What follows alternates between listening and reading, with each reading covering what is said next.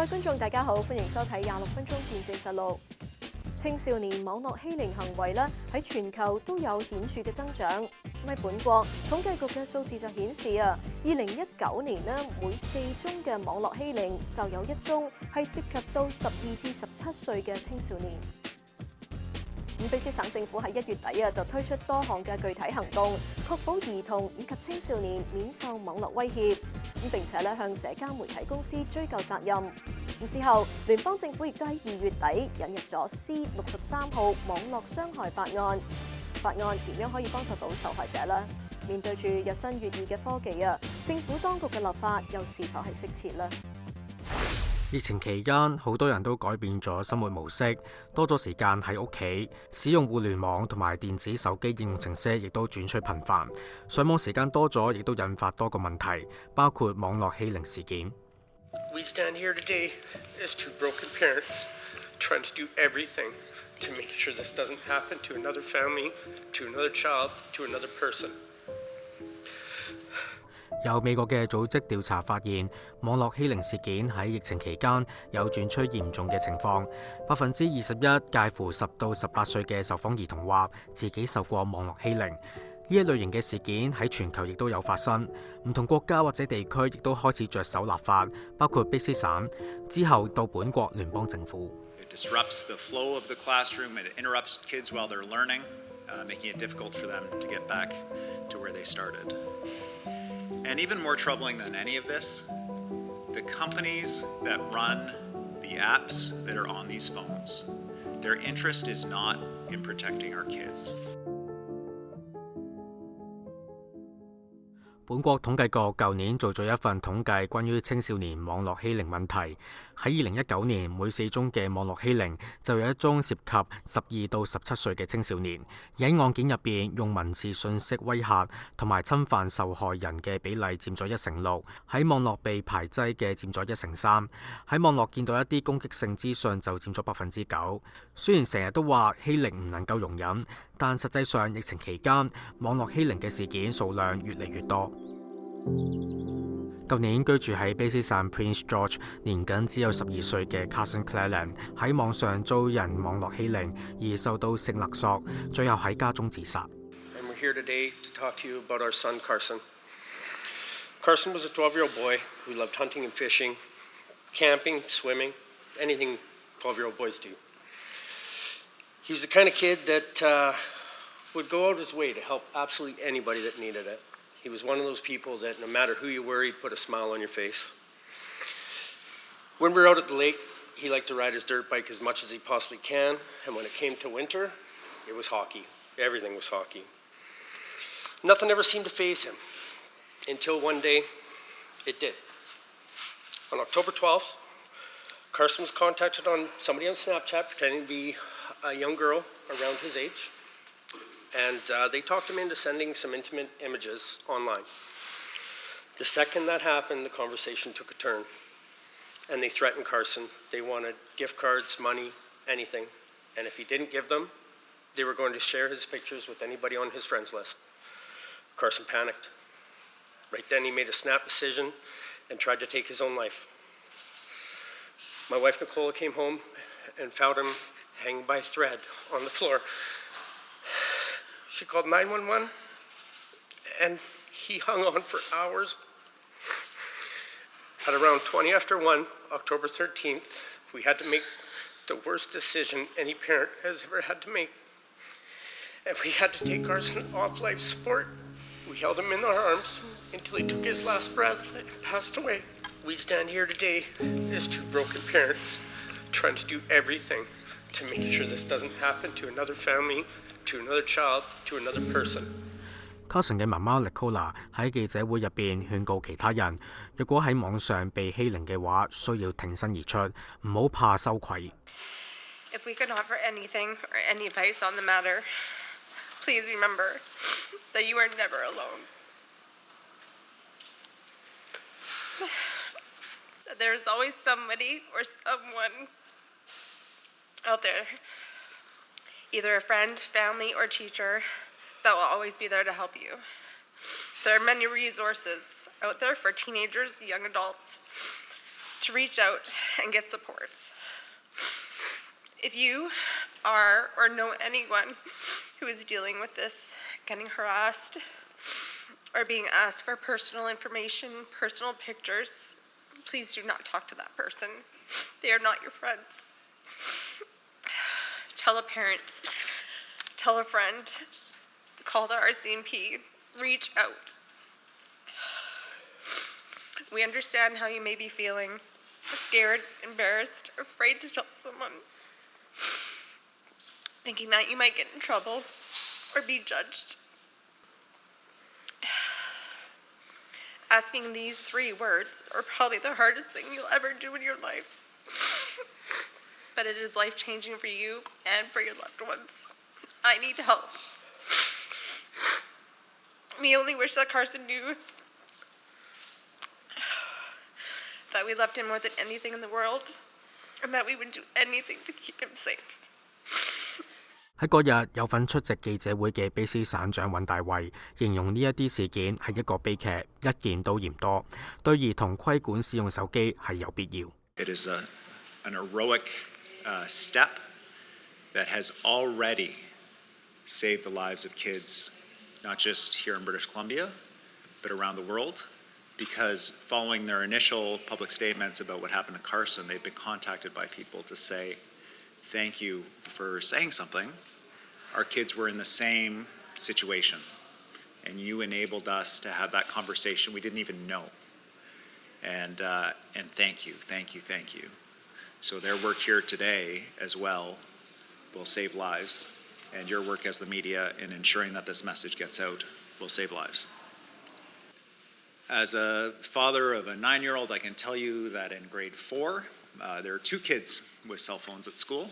The reason I know this is that my son Ezra reminds me regularly that his friends have cell phones at school, and that it is certainly time for him to have one too. He tells me that at recess, he and his pals gather around the cell phones and watch videos together of things online.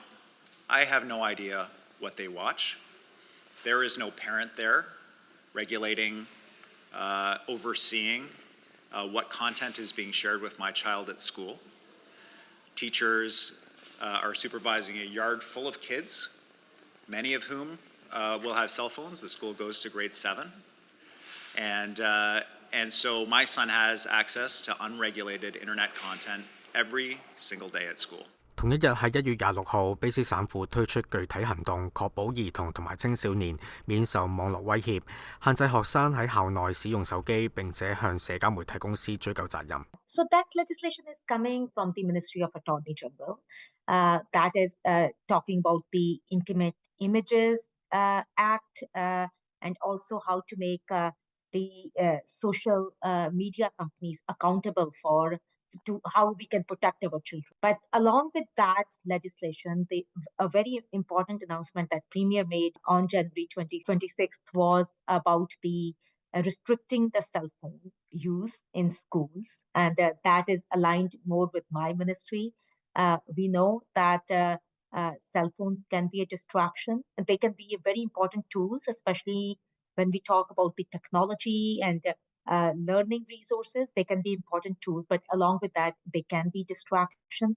So we are making sure that every school district has a policy to make sure that how the cell phone use would be restricted during school time. I understand that many school districts already have such policies, but what we wanted to convey with that announcement is that it is our expectation that it should be consistent, that all school districts should be working with their educational partners and have a strong policy about this.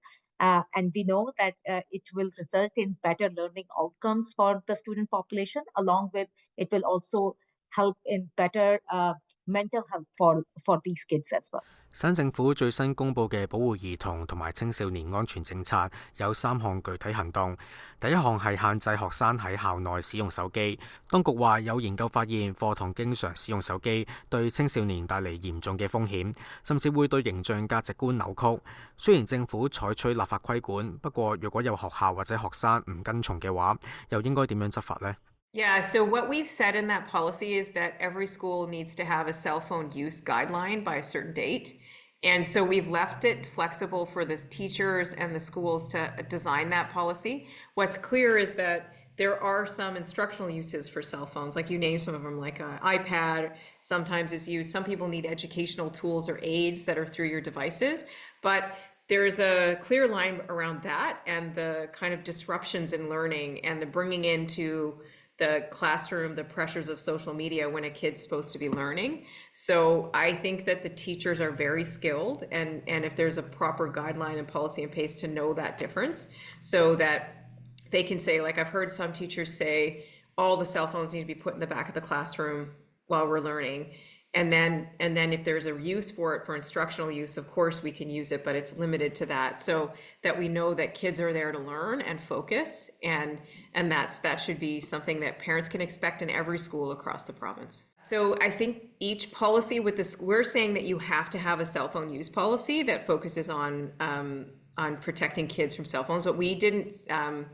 Teachers are actually trained and skilled to know things like punishments or what the restriction should be or how far they could go. So we haven't, as a province, gone into telling them that.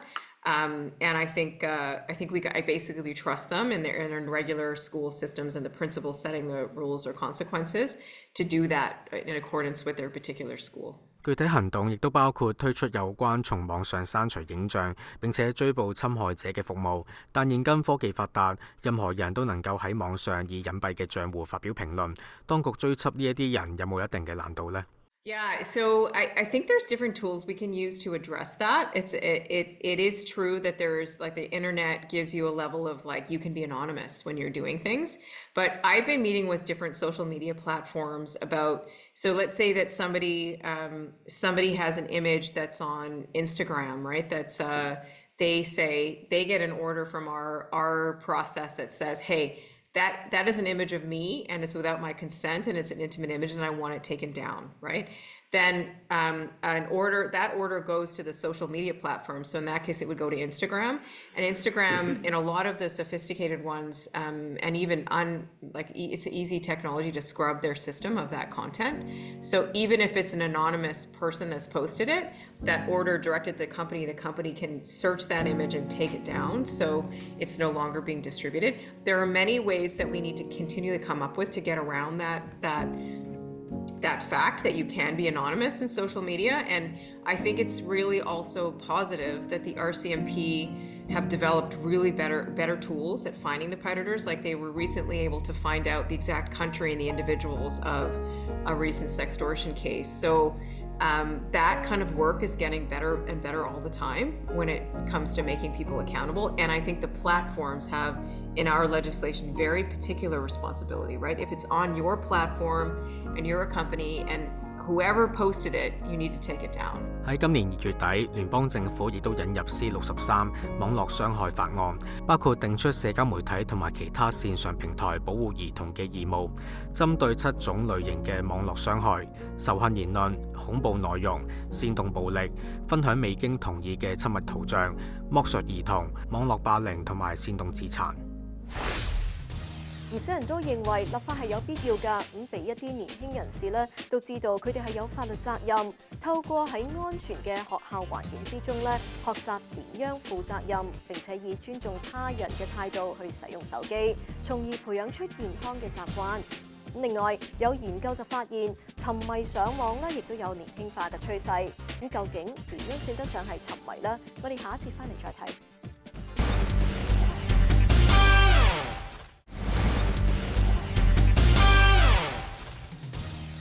歡迎翻嚟節目時間。卑詩省政府同埋聯邦政府咧，先後喺網絡安全上立法。法案嘅目的就係要保護青少年免受傷害，包括喺社交媒體同埋其他線上平台保護兒童。另外，亦都有學者嘅研究發現年輕人有沉迷上網嘅趨勢，令佢哋喺社交圈子咧受到影響。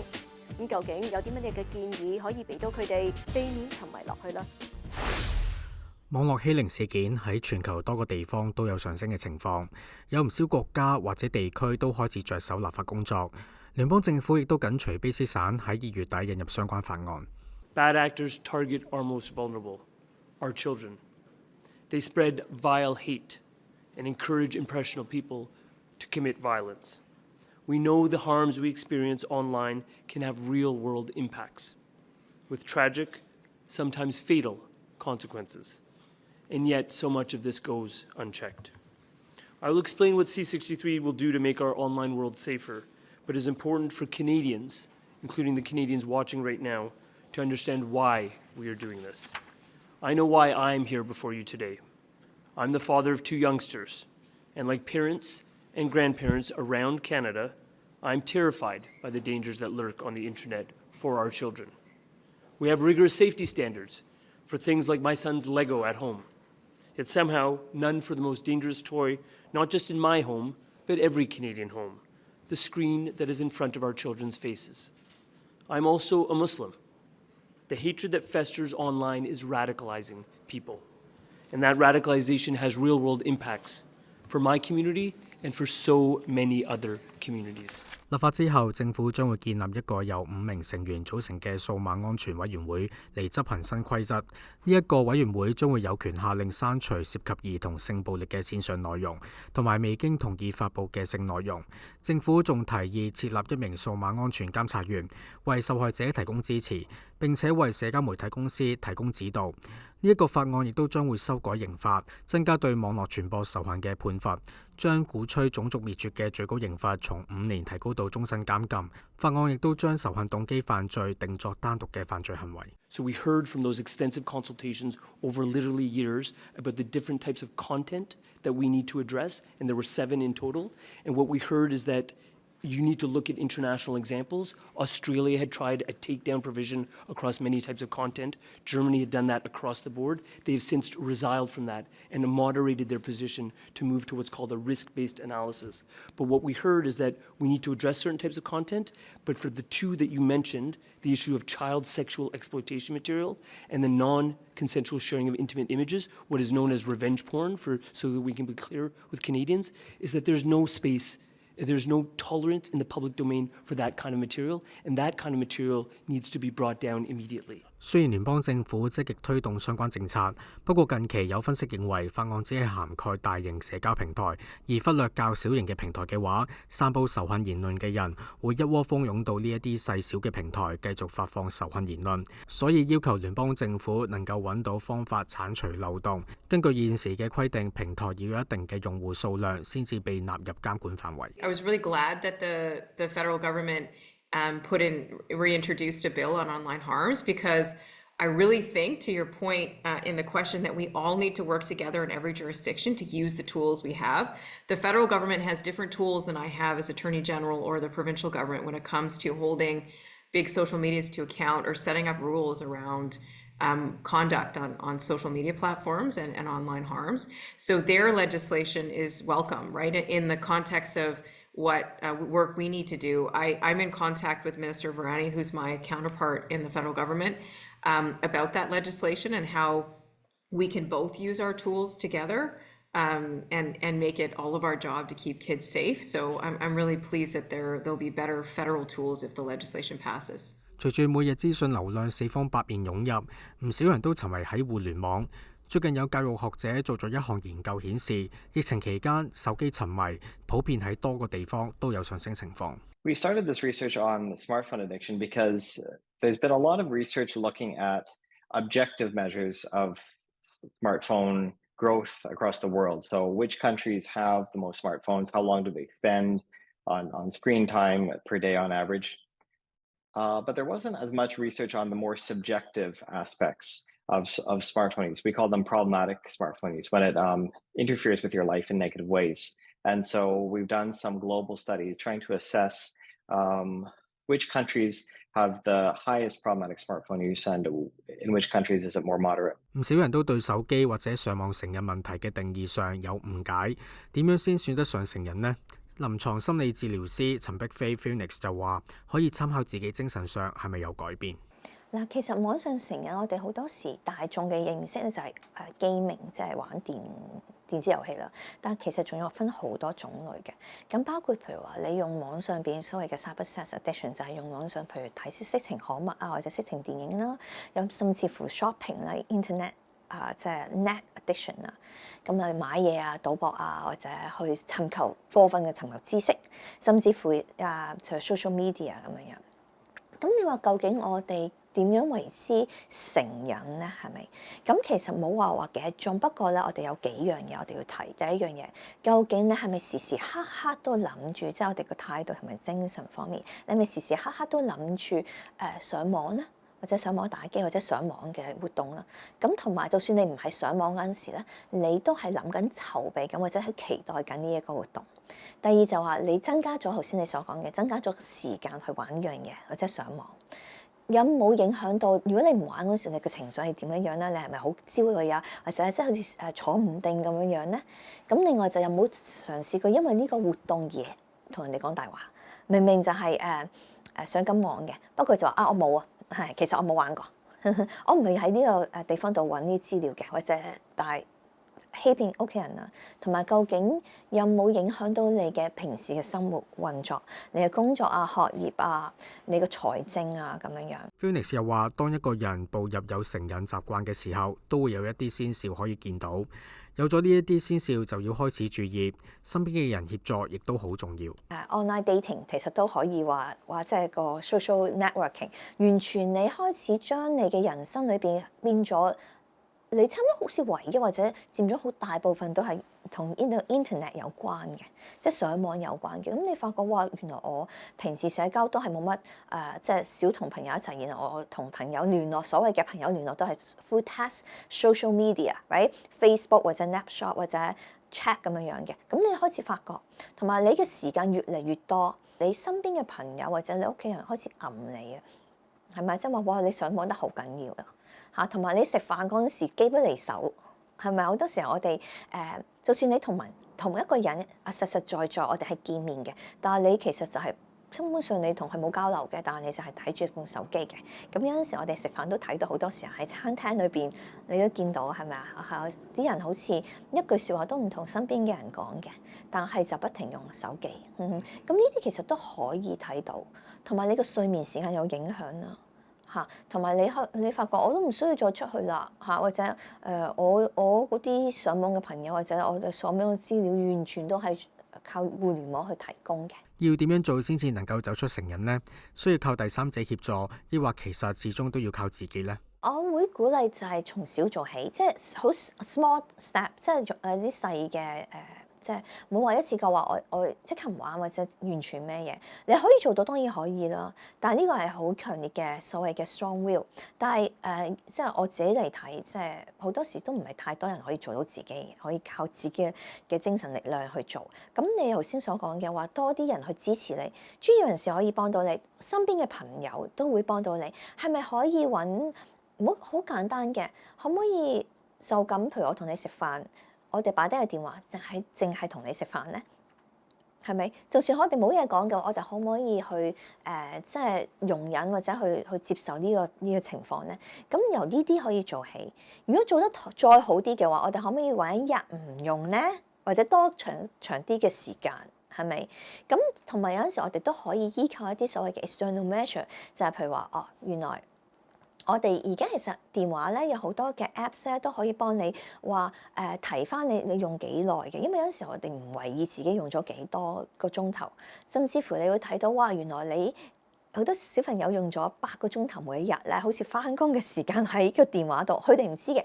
咁其實我哋都可以依靠呢啲咁嘅情況話翻俾佢哋聽，提升我哋嘅警覺性。哇，原來我用咗咁耐嘅。好啦，今集嘅節目時間就差唔多啦。咁如果觀眾對我哋嘅節目有啲乜嘢意見嘅話咧，係好歡迎大家以電郵嘅方式同我哋聯絡㗎。如果觀眾想上網重溫今集嘅節目，亦都可以上到去我哋嘅網站點擊節目重溫一覽。下星期同樣時間再同大家見面，晚安。